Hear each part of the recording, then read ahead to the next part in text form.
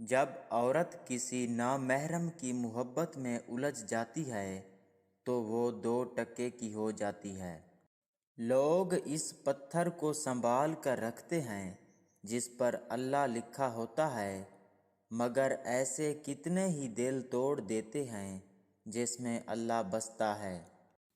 خوشی ایسی چیز ہے جو ہمارے پاس نہ بھی ہو تو ہم دوسروں کو دے سکتے ہیں۔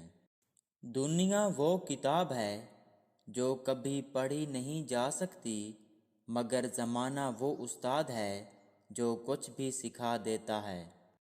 کسی کو غلط سمجھنے سے پہلے اس کے حالات ضرور جان لیا کرو۔ کسی کے آنسوں کو زمین پر گرنے سے پہلے اپنے دامن میں جذب کر لو، یہی انسان کی معراج ہے۔